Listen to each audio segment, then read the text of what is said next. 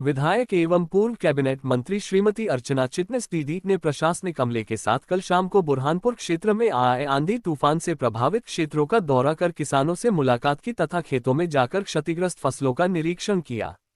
श्रीमती चिटनिस ने उच्चाधिकारियों से चर्चा कर आंधी तूफान से प्रभावित क्षेत्रों के खेतों में फसलों का आंकलन करने की बात कही और किसानों को आश्वासन दिया कि नुकसान की भरपाई हेतु वह हर संभव मदद करेगी। इस दौरान श्रीमती चिटनिस के साथ अनेक जनप्रतिनिधिगण, ग्रामीण व कृषकगण मौजूद रहे।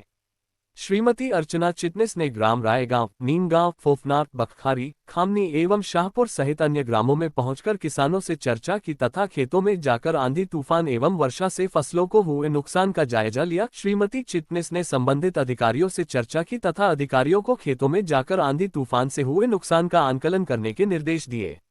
उन्होंने कहा कि वे किसानों को हुए नुकसान की भरपाई के लिए सतत प्रयास कर RBC 6/4 के अंतर्गत क्षतिपूर्ति मुआवजा मिले ये सुनिश्चित करेगी। श्रीमती चिटनिस ने कहा कि केला फसल इतनी संवेदनशील फसल है कि एक बार पेड़ हिल जाए तो भी ग्रोथ रुक जाती है और वह क्षतिग्रस्त हो जाता है। फसलें तो तेज हवा एवं तूफान के कारण आड़ी गिर गई है, जमीन पर सो गई है।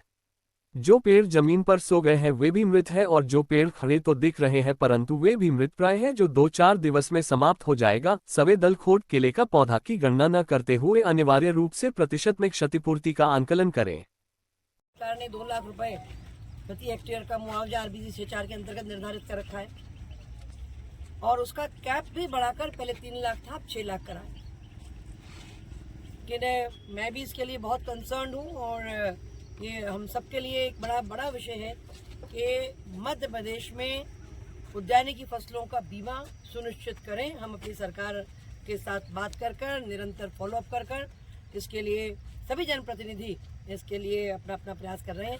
और अब ये है कि अगर अपन डिपेंडेंट है राजस्व के अमले पर, वो सही रिपोर्टिंग कर देगा तो मुआवजा मिलेगा और नहीं कर पाए, अगर भूल चूक हो जाए तो किसान का नुकसान हो जाए।